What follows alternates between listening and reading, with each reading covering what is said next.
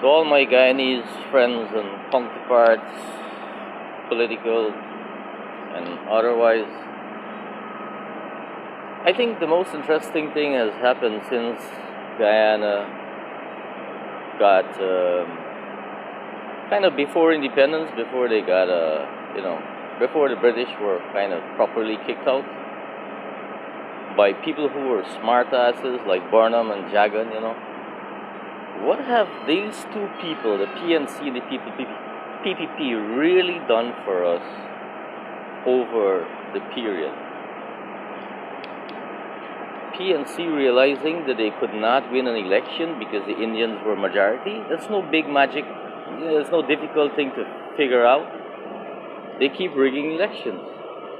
That's the only way they can get in power. What we are entrapped in something called tribal enclaves. It's Indians and it's Africans. It's all tribal. We believe that the Indians on one side believe that if they have an Indian leader, well, then they are protected. The leaders, on the other hand, you know what they do? They rape the country. And when they rape the country, they rape the Indians and the blacks at the same time.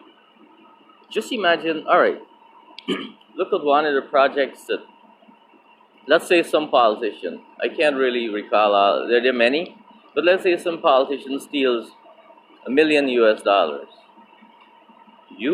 Every Guyanese pays that over time. Most of these monies that they take as loans and stuff like that, and then they make a mess of the project and it doesn't work out. Guyanese pay that over at least 40 years. You know what's happening there? You empower that politician because of your dumbness, because you think tribal. You think that Indian guy would look after your Indian interests. The black guy, on the other hand, you know what he's thinking?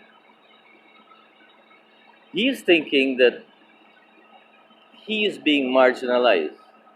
Not necessarily so, but that's what he thinks.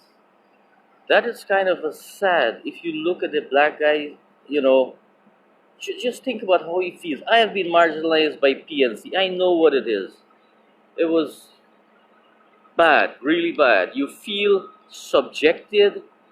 There's no freedom. Look, for a little bit I've been in America here.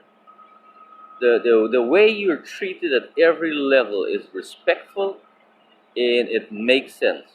Our leaders, neither the PNC or the PPP, I'm going to give you an example how these bastards are evil.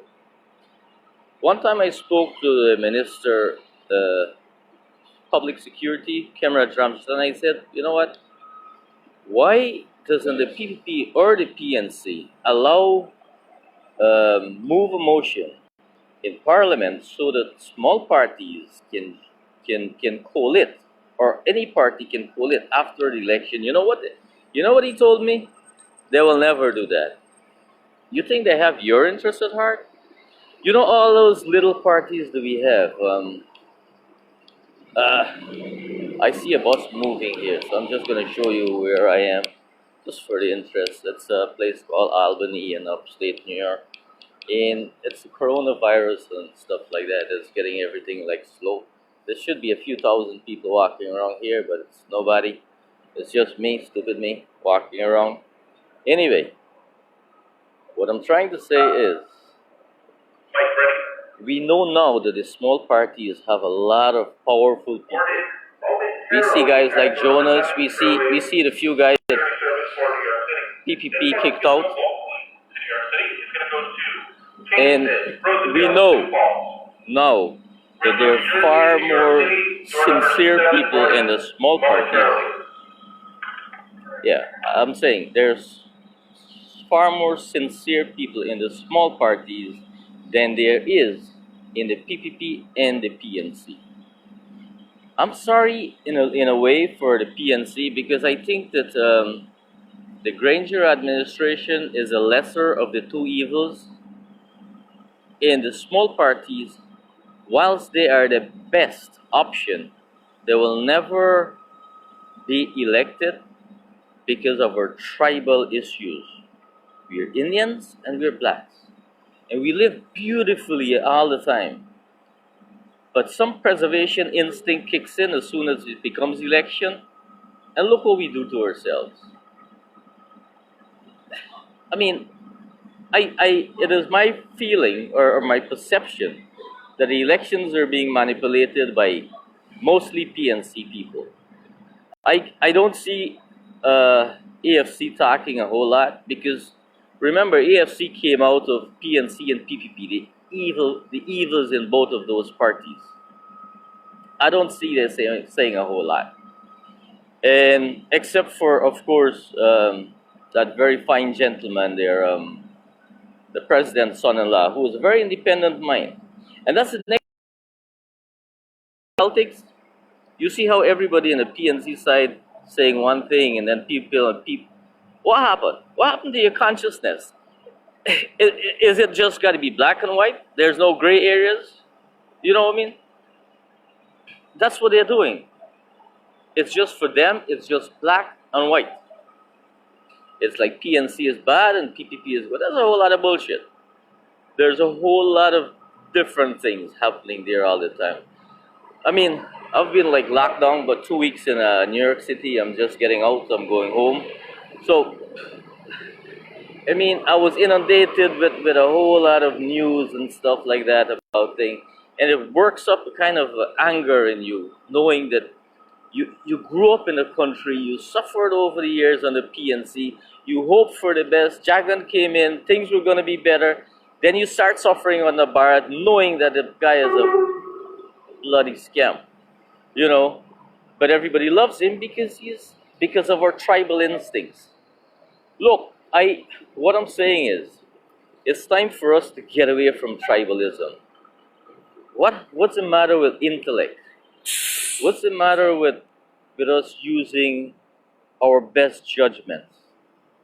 What is the matter with us using our own independent minds? You know, to make sensible decisions.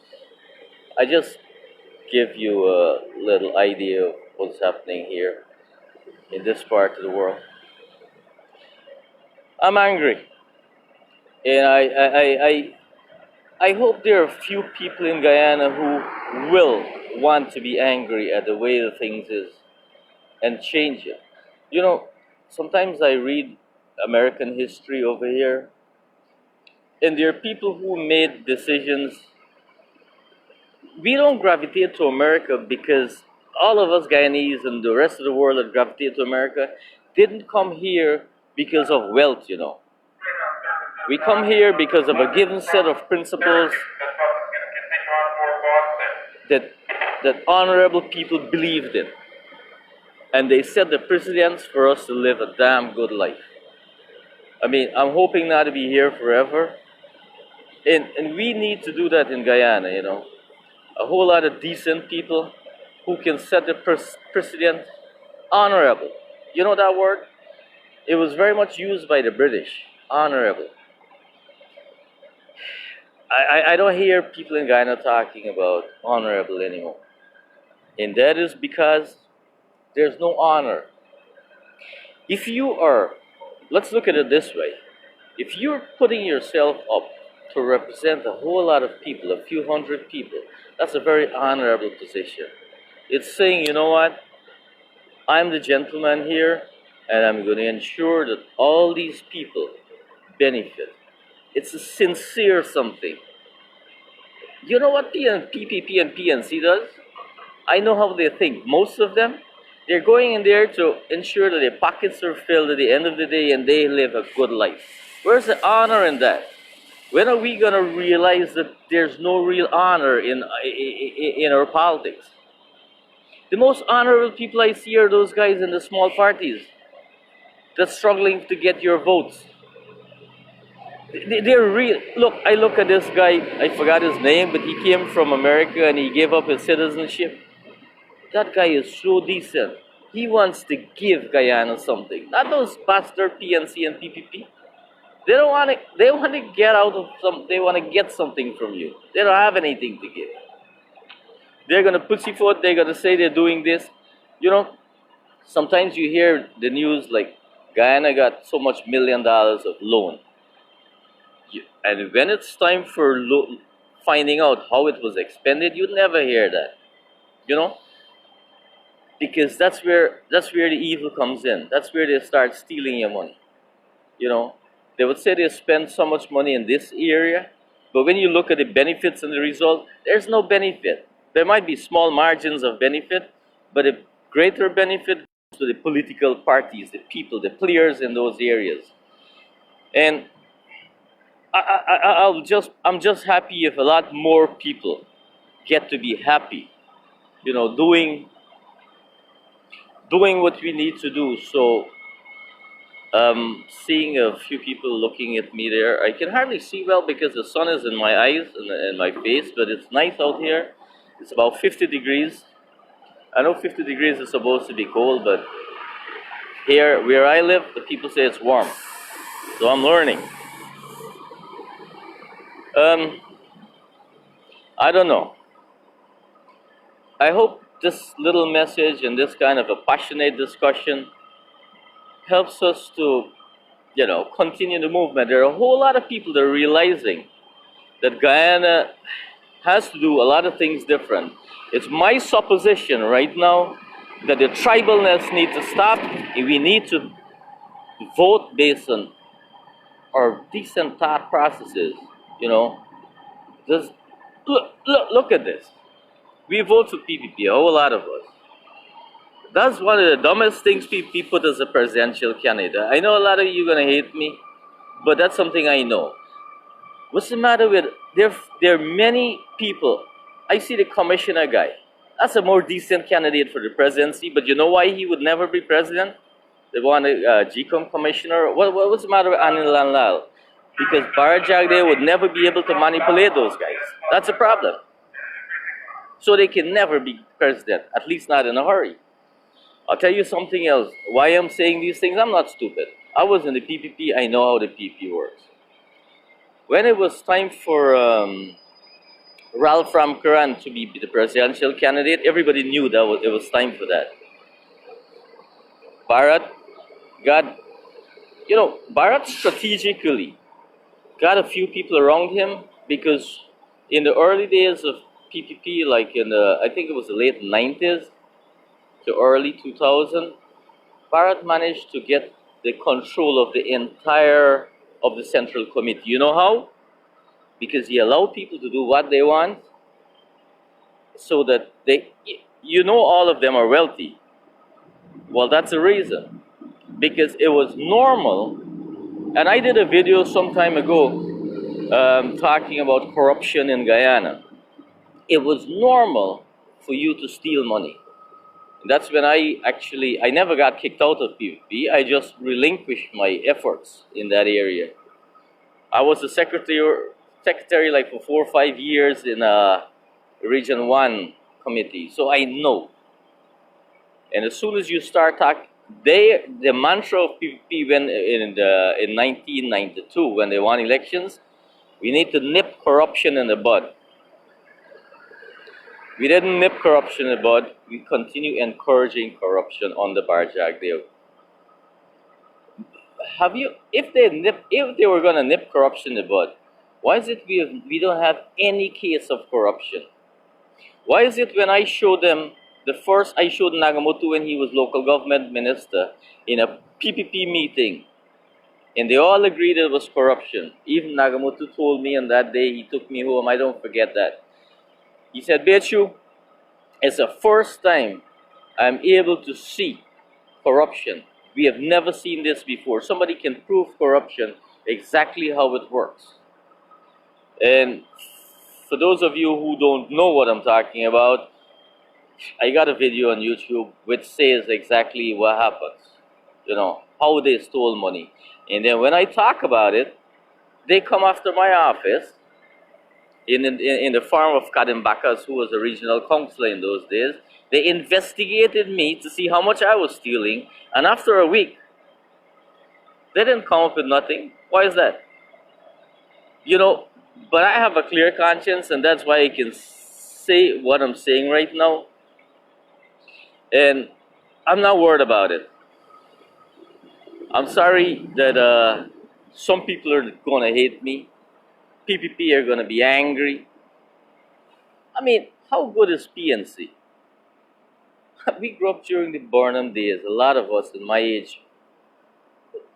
PNC didn't do a whole lot for us.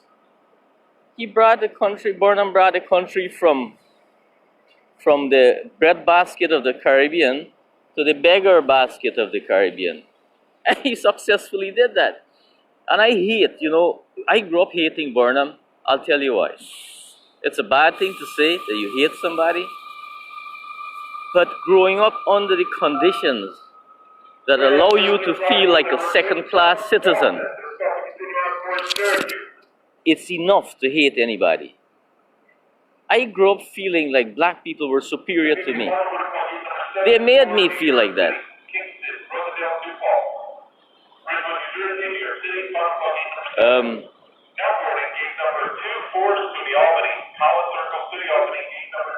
One moment. Yeah. I lost my train of thought there. I'm sorry. I see some of my friends looking at my emotional outbursts at Guyanese politics. And I forgot exactly where I was. Oh, I was talking about Burnham. Yeah. Look at how Burnham did. Let's look at two physical projects. He did a glass factory. That amounted to nothing. Must have been a loan, I'm certain. I don't have the facts. But that's where your money disappears. And because of inefficiency and lack of proper feasibility and the works, I mean, when you look at how people do things in other countries, it's a shame of the way they treat our things in our country. Then you had a bicycle factory in Stanleytown, New Amsterdam. When I went to school, it was in ruins. I saw that. We had a road going to Oriella on the Quarantine River. People who know about that project tell me those guys just squander the money. You know, they just squander it. No. It's no way their money, you know. It's our money. It's our money that they're squandering. Let's take a look at this place, see what's happening here again. There's some very few people walking around. They look almost like me, half crazy kind of. Hey, sir. But yes. Hey, would you please only $1.50 for me and my friend? We're really homeless. $1.50? Yeah, we both need the bus, man. We gotta get. I'm not sure if I have $1.50. Okay, bless you, man. We don't. But I have some coins here. You wanna take a look at it? I'll pay you back. You pay me back? Yeah, my name's Mikey Mills. It's not a whole lot. Shit. It's not even $1. You want $1? You sure you're doing $1 for This guy, we got kicked out of the shelter. You got kicked out? Well, I did. He's behind me. That's because you guys probably did something that's not nice, isn't it? I didn't. I got into a fight because the guy stole my phone. I had a phone. Yeah. I've been banned for a while. They just kept putting charges on me for the mission, man. Kicking me out. Say, Mike Mills. Let me see if I got any money. Oh, I probably have. Hold on for me, guys. I'm just hold on for me a second there. I got $1. Never $1.50. I can give you $1. Thanks. See you guys later. Can you give him the 5? It's the only money I got. I'm a poor guy too. Okay, bless you. Thank you very much. Thank you. Yep. There's not a whole lot of people to beg here too. Funny country, isn't it? People begging for $1. Yeah, guys. I'm sorry I got interrupted there again, but I think it might be interesting to this part of the world. Looks like a little bit. Yeah, I was discussing this whole Burnham thing. When we became from the breadbasket of the Caribbean to nothing. Let me give you an example. Sometime when I was overseer for 5274, we went down to Babylon. That's when I realized that 30 years before, 40 years before, Guyana was doing better. We only caught up like 30, 40 years after.